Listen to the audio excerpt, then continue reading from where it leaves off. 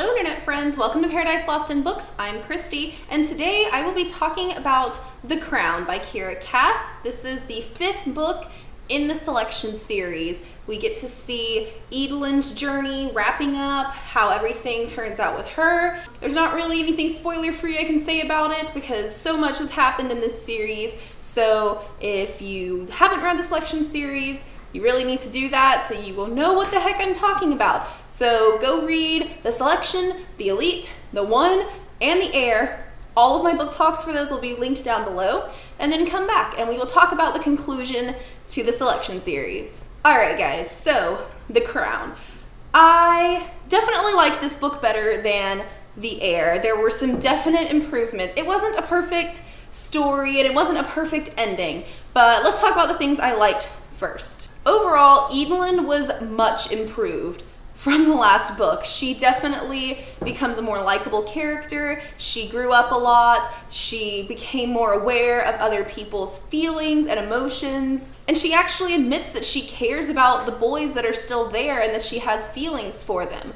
You know, for instance, when she offers to do Finnish lessons so that Henry will be able to communicate with everyone and that she'll be able to communicate with him more easily, that was a really considerate thing to do and not something that I think old Edelin would have done because thinking about other people wasn't exactly her strong suit in the last book. You know, she also shows Nina some more appreciation in this book. And she patches things up with Josie, which is also really nice. Even though Josie is still a little bit annoying and kind of inserting herself into Edelin's life, we kind of get to know Josie a little bit better and we see them reconcile, which I thought was really nice. And also the fact that she offers to ascend the throne for her parents to take over their responsibilities early. While I do have some problems with that, I think her offering to do that showed a lot of growth and maturity, which was really nice to see. I mean, she's definitely not perfect. She still has some learning to do. There were a few times when it was obvious she hadn't totally understood what Aaron said, like when she's talking to the country and trying not to cry because of her mom being sick in the hospital. I was just thinking, the country needs to see you cry, Edelin. They need to know you're a human being with feelings and not just this cold, standoffish, bitchy princess. Like, I feel like the country would have liked to have seen her cry. Also, her willingness to bring in Merid Ilya as her voice of the people kind of person, I thought was really great and a step in the right direction. Even though Merid ended up being a jerk, and I definitely did not trust him. Like, from the moment we met him, I was like, this guy is slimy, and I'm getting weird vibes, and I don't like him. But I'll talk about him more later. But just the fact that she was willing to bring him in, I thought was a great thing. And the whole town hall meeting, I thought was one of the best scenes in the book. It was really cool to see her listening to the opinions of the people who are actually living in her country. And I do hope that that's something she will continue to do, even though Merid's not going to be in the picture anymore. It's never really brought up again whether or not she's going to do that. But I think it was a really good idea and she could get a lot of insight into her country. I thought it was really cool hearing from all these different types of people who were so many different castes before and all the issues that they have and just getting a glimpse into their lives. Also, the boys were really amazing. Like, I just had a lot of fun reading about them. Like I said in the last video, I thought we got to know the boys a lot more than we did the girls in the selection, which makes sense, I guess, because we're reading from the position of the selector, who of course is going to get to know all these people, whereas the selection was from America's point of view, and the only person she's really interested in getting to know is Maxon and like a couple of the girls. I don't know, but it was just really nice to get to know those boys and see how different and diverse they were. I just thought it was really sweet how supportive they were of her, how they brought her flowers, and they were just cheering for her the whole time. You know, even though she hasn't always been the best person, it was really great to see them supporting her. There's one part where one of them, I think it was Ian, brings her a flower that's usually considered a weed, like a dandelion or something, and they have this conversation about how to some people it looks like a weed and some people see a flower, and it kind of felt like maybe they were trying to make a metaphor for Edelin because, you know, some people look at her and see this, you know, horrible, selfish, stuck-up brat, but the people who really get to know her especially as she's growing and changing, get to see this different person who, you know, wants to care about people and wants to do the right thing and ends up becoming a really strong leader. So I thought that was pretty cool. I felt like a lot of the writing was very on the nose, because there were several times throughout the series that there was a nice metaphor, but then, you know, the author went to great lengths to explain the metaphor. Like, for instance, in the selection with the penny in the jar, she made sure to point out how America was relating that to her relationship with Aspen instead of letting you, the reader, figure it out. But with this metaphor, I felt like she didn't just kind of like, this is the metaphor. And so that was kind of nice. I like when you get to pick up on these things yourself without the author telling you what to think. I also really like the part where she told off the guy on the council when she went in for her first meeting, and he was like, we need to go to war with France because this is an act of treason, and he was being really sexist and pretty much saying that she didn't know what she was talking about and she was just being an emotional little teenage girl, and she just like shut him all the way down and fired him, which was a little impulsive, but it was really funny, and I liked that whole scene. It was just like, you know, don't take any crap from anyone. You put them in their place. So after Merritt's betrayal, there's this great scene where she flees to the women's room and she's just having this breakdown and she's feeling very emotional and she doesn't feel like she knows who to trust. And I thought that was one of the most well-written scenes from the whole series. Like, I feel like everyone can kind of relate to that feeling of making wrong choices at every turn and you constantly feel like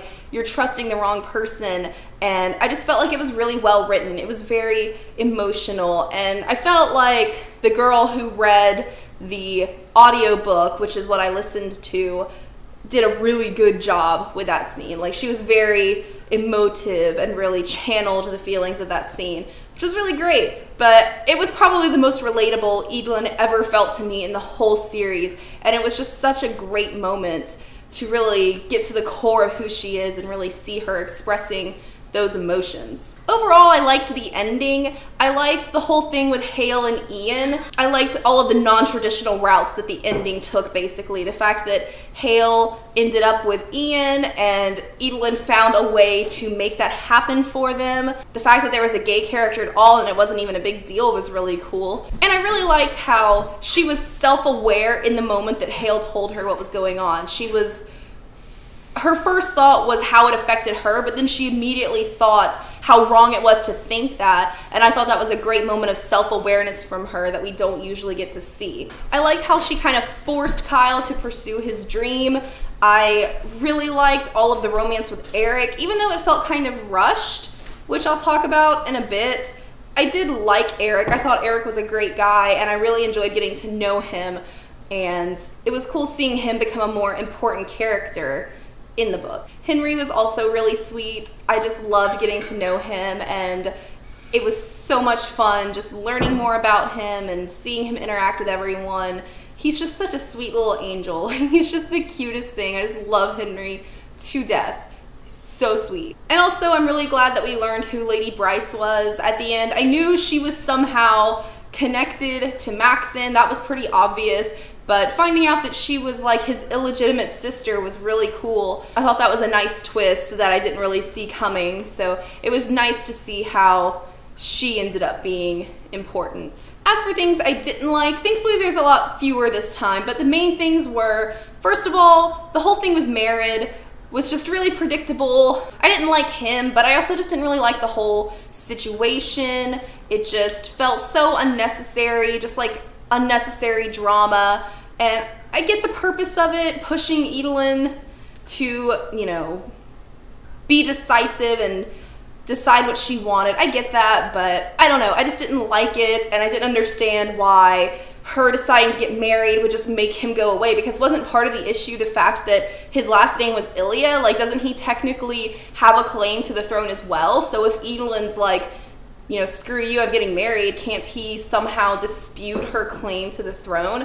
I don't really know how all that works, but it just seemed a little strange to me. I don't know. I also didn't really like the whole idea of Maxon stepping down. While I thought it was great that Edelyn offered to take over, it just seemed kind of weird to me that he was allowed to do that just because he was worried about America's health. Like, I get that, like, oh, their true love, their end game, like, whatever, and he's so connected to her that it hurts him to see her in pain. I get that, but here in the real world, whenever someone you love is in the hospital or something, you still have to, like, you know, fulfill your responsibilities. Like, he's running a country.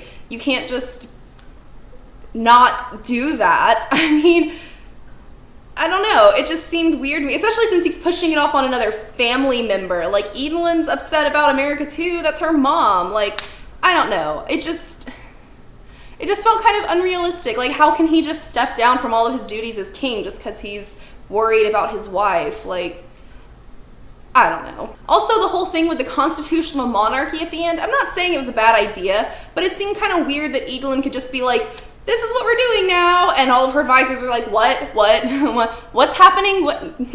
I'm confused. Run that by me again. Like, I feel like it's strange that this brand new queen can just kind of make that decision on the fly, and everyone's just like, okay, we're just gonna fly with it. It's cool.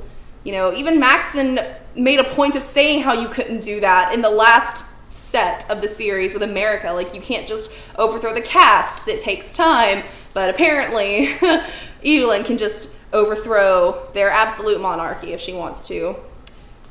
And my last thought is just that it really just felt kind of rushed, especially with Eric and Edelyn. We didn't really get to know Eric at all in the air. Like, I don't think I even talked about him in my book talk because he was so kind of inconsequential and in the background.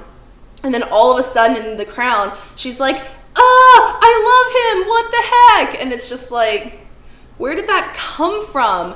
You know, especially, I feel really bad for all the people who shipped her with Kyle because they actually had chemistry and a slow build through both books. Like, even though it would have been predictable for her to end up with the son of her mother's best friend, which I said in the last book talk, at least character-wise, it would have made a little more sense because we actually see them having deep, intimate conversations, and we see them overcoming their judgments of each other, and we see her supporting his dream and him encouraging her. You know, we get a lot more between them. It almost felt like she was trying to make it a different ending, and like, oh, wouldn't it be weird if she didn't pick someone that was part of the selection or whatever? Like, it almost just felt like it was trying too hard. I don't know. I like Eric, and I like them together, and the romantic scenes with them are really well done, but it did just feel kind of rushed to me. Overall, I think I would give this book like a 3.5 stars out of 5. I thought it was a really good ending to the series, even though it had some issues and it was kind of unnecessarily fast-paced. I think it could have been a lot worse, especially considering how pessimistic I felt coming off of the air. So I think overall she did a good job wrapping the series up, and I'm excited to read the novellas that accompany the series and get more backstory on some of the other characters. Thank you so much for watching, guys. I hope you enjoyed this book talk on The Crown by Kiera Cass. If you did enjoy this video, I'd really appreciate it if you'd give it a thumbs up and subscribe to my channel. Until next time, bye!